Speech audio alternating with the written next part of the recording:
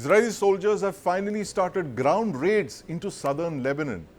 Israel wants to push Hezbollah, the militant group, north of the Litani River to create a buffer zone in southern Lebanon. Now, southern Lebanon is also likely to see the heaviest fighting between Israel and Hezbollah. The area south of the Litani River covers about 850 square kilometers and it's home to approximately 2 lakh residents. Importantly, 75 of the people of southern Lebanon are Shia Muslims, the community from which Hezbollah draws its strength. The remaining 25% comprise Sunni Muslims, Druze and Christians. So the questions we're asking are, will Israel be able to push Hezbollah beyond the buffer zone north of the Litani River? What happened the last time Israel launched a ground invasion of Lebanon in 2006, also against the Hezbollah? Is this going to be a fight to the finish in 2024? And more importantly, are these ground raids the start of a full-fledged ground invasion of southern Lebanon, or will these just be limited in scope?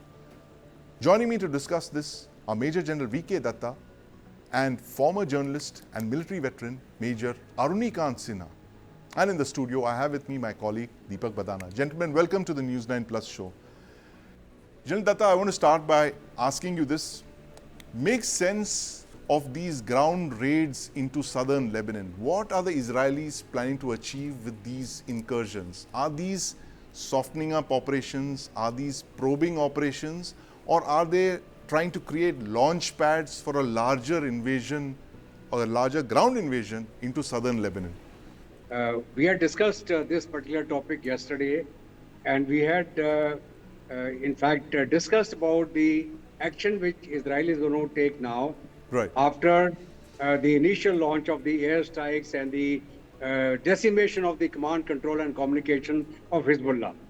And if you recollect, my understanding is that Israel is definitely going to create a buffer zone, right, to ensure that the safety of the residents of northern Israel is yes, ensured and the people who have been displaced are brought back to their homes. right. Now, keeping that in mind, Israel has already carried out the phase 1 of the operations in Lebanon, Yes, which involved the getting the command control elements.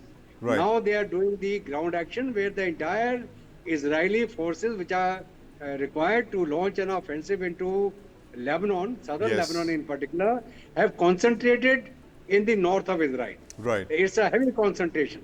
Yes. There's armor, there are special forces, there are para brigades, and all the elements which are actually carrying out operations in Gaza have been now pulled out, Right. and they are now enmassed on the Lebanese border.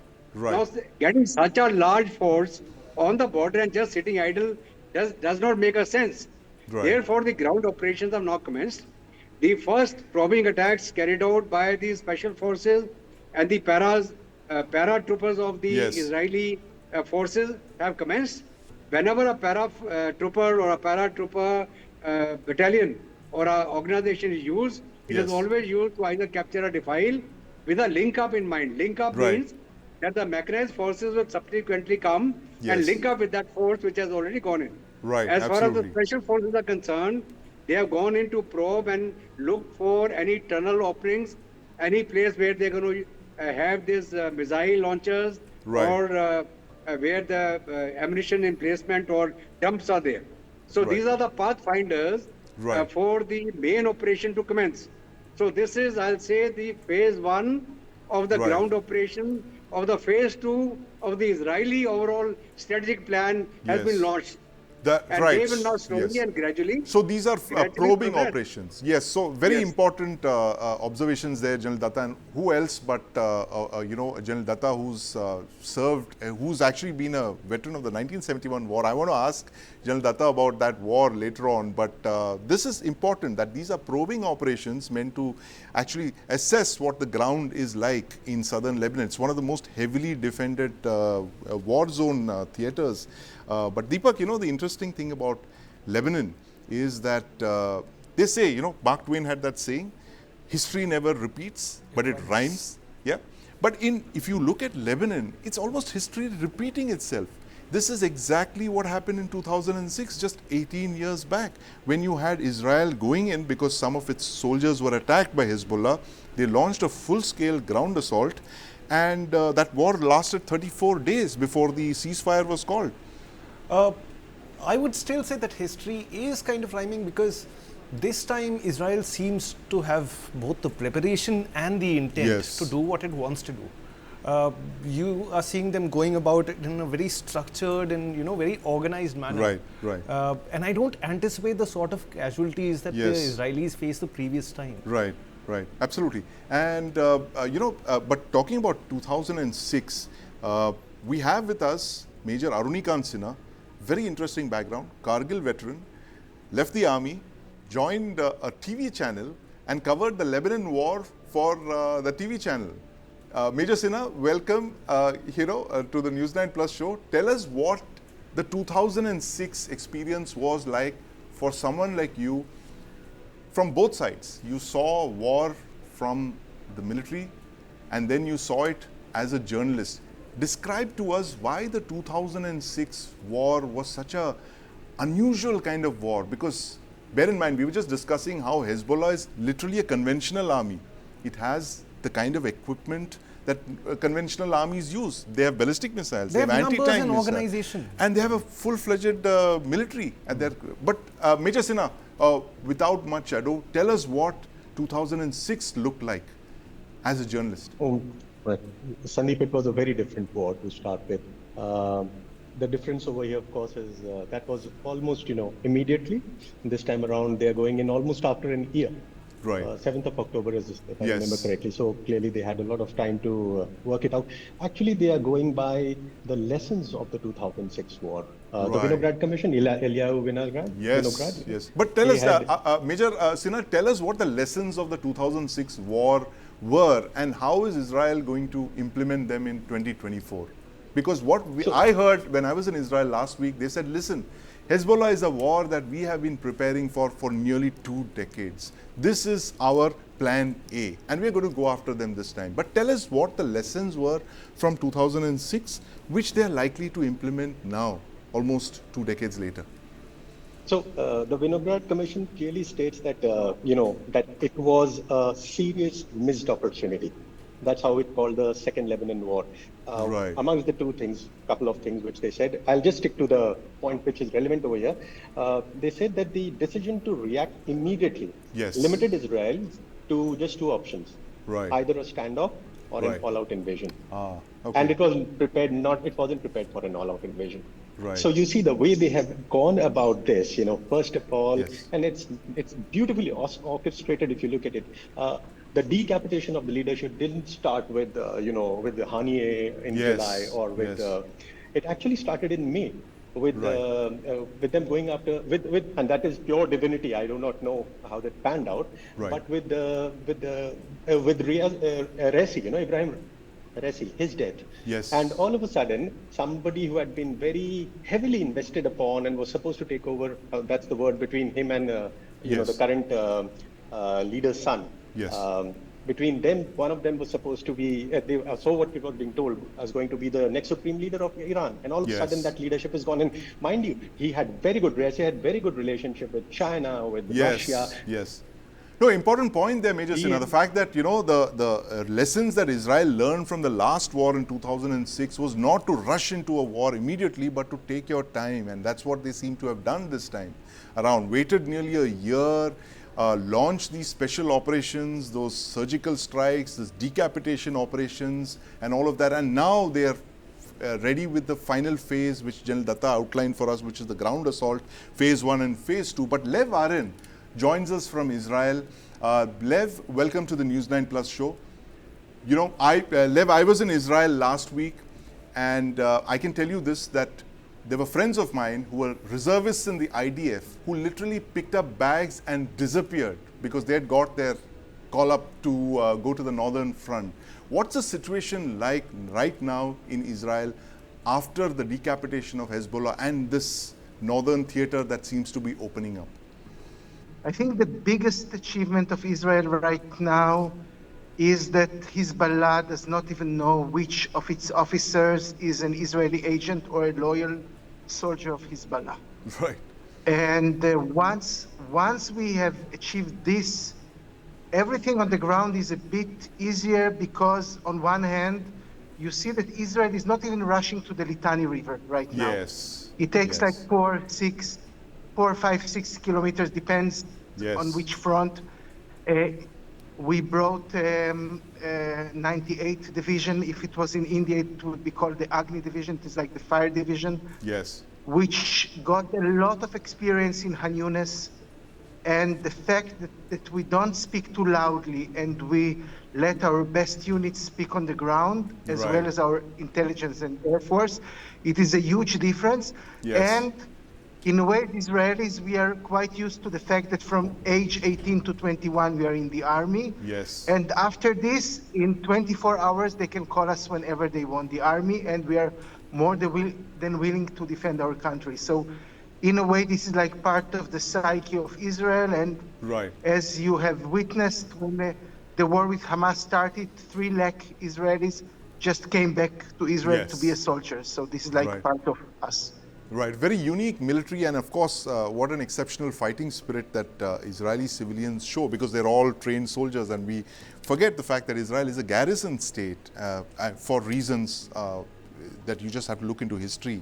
They've been literally fighting without a break since 1948. But General Datta, what are the lessons for India from all of this? You know, we've been watching this war unfold for the last year.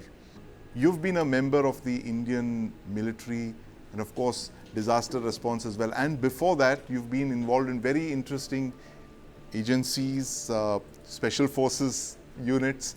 What's the distilled essence that India can learn from the Israeli Defense Forces in 2024? See, the thing is that never let your guard down. Right. Prepare for the worst. Keep your powder dry. Yes. Because what may happen, and like Israel, India is also facing hostile neighbors all around us. And all the neighbors, and most of them, whether it is Pakistan on the west and China on the north and northeast, Right. are nuclear capable with large standing armies. Right. So therefore, India is virtually sitting on a powder keg, and therefore, we as the Indian Army Yes. have to be fully prepared for tackling both Pakistan and China, Right. and in addition, anything else within or from any other side. Right. So therefore, the lesson learned for India is that you have to be ready 24/7. Yes. You cannot start buying equipment when the war is imminent. Right. You have to be ready with that bare minimum capability, Yes. which is adequate as a deterrent for your largest adversaries, either on the west or Yes. in the north and northeast. And therefore, the Army, Air Force, and Navy has to be constantly in training, ready for operations. Yes. And the intelligence, which is a very big part Yes. of the entire game of planning and operation, has to be of the highest quality. Yes. You cannot, like India has also been surprised a number of times. Yes. Kargil, for example, it was a surprise to us. Pakistanis kept on making a fool that they are the, the militants and the terrorists Yes, and the yes, of course. Kashmiris. And now the shameless guys have finally admitted, and even Pervez Musharraf, before he died, Yes. is written in his book. But then they are total liars. They are the guys who sell their mothers to tell a lie and remain in power. Right. That is what Pakistan Army is. Well, that's And if yeah, you- and yes, of course, and we are dealing with two very strange, militaries on our border. One's the military of a party, that is the Chinese military, and of course, one is the military that owns a country, which runs a country. But back to you, Aruni Khan Sinha, Major Sinha. This southern Lebanon is the focus of this entire operation, as we discussed, about 800 square kilometers. As a war correspondent, when you were there in 2006, give us a sense of what it was like there. Again, back to the fact that a very unusual war that was fought by a conventional military against a non-military actor that is trained, equipped, and operates like a conventional army. That's the Hezbollah's military wing. How much of a wake-up call was this for you when you saw these kind of, you know, the ATGMs attacking main battle tanks? The Merkavas were attacked by Hezbollah. You had a warship, an Israeli warship hit by an anti-ship ballistic, anti-ship missile fired by the Hezbollah. What kind of, learning did you take back with you when you saw all of this?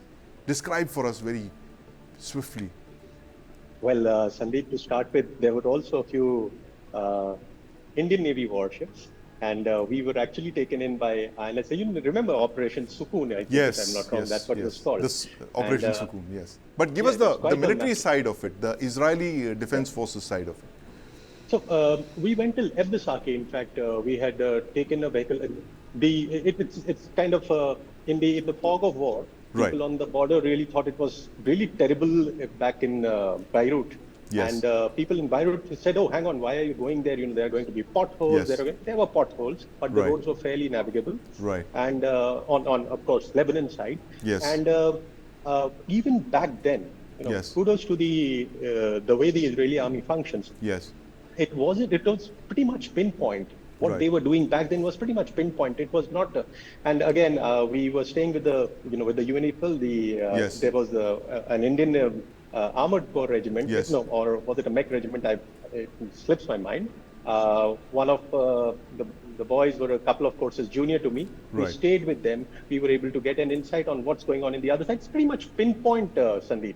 It's not going Pinpoint, to be exactly. something- That's how Yes. the Israeli military functions. And Lev, my closing question to you is this. What is the kind of war that we could expect to see based on what we've been reading about the Israeli military sending probing missions, as General Datta just explained, that these could be the opening phase of a war. But, give us your sense as a journalist covering this war in Israel. What appears to be on the horizon next? Israel in Gaza and in Lebanon is totally opposite. About Gaza and West Bank, Yes. we have a big feud, domestic feud, left, right, if it is part of Israel, not part of Israel, etc. Right. With Lebanon, we are more united in the sense that no Israeli wants even a square inch of Lebanese territory to be part of Israel. Right. The only thing that we want is not to see the Hezbollah soldiers on the other side of the border. Right. So right now, and one more thing that we know, in Gaza, they have only 13-kilometer trench with Egypt. Yes. Otherwise, they're like all surrounded by Israel. It is very, very easy to surround Gaza. Again, Right. relatively easy. While from the, let's say, Binj Bail, from the border between Israel and Lebanon up to Tehran or even Yes. Chabahar port, it's like 3,000 kilometers. We cannot really occupy Lebanon. We cannot really close the border Absolutely. between Lebanon and Syria or Iraq and so on. So I think that as far as Lebanon is concerned, we have no illusions that we can have like big plans. All we want is to have the 1701 achievement from the Second Lebanese War. Right. And on this, we have a domestic consensus. And even the fact that we take only like 5 kilometers Yes. and not much further, Yes. it is kind of a picture of the way that we understand the situation in Lebanon. Absolutely. Thank you very much, Lev Aaron, for laying that out for us, what we can expect in the next couple of days in Israel's Lebanon war. And thank you very much, General Datta, Major Arunikant Sinha, and of course my colleague Deepak Badana, who continues to remain with me in the studio here. We have been tracking the story of Israel's Lebanon war from the day it began, and we continue to do so in the installments of the show.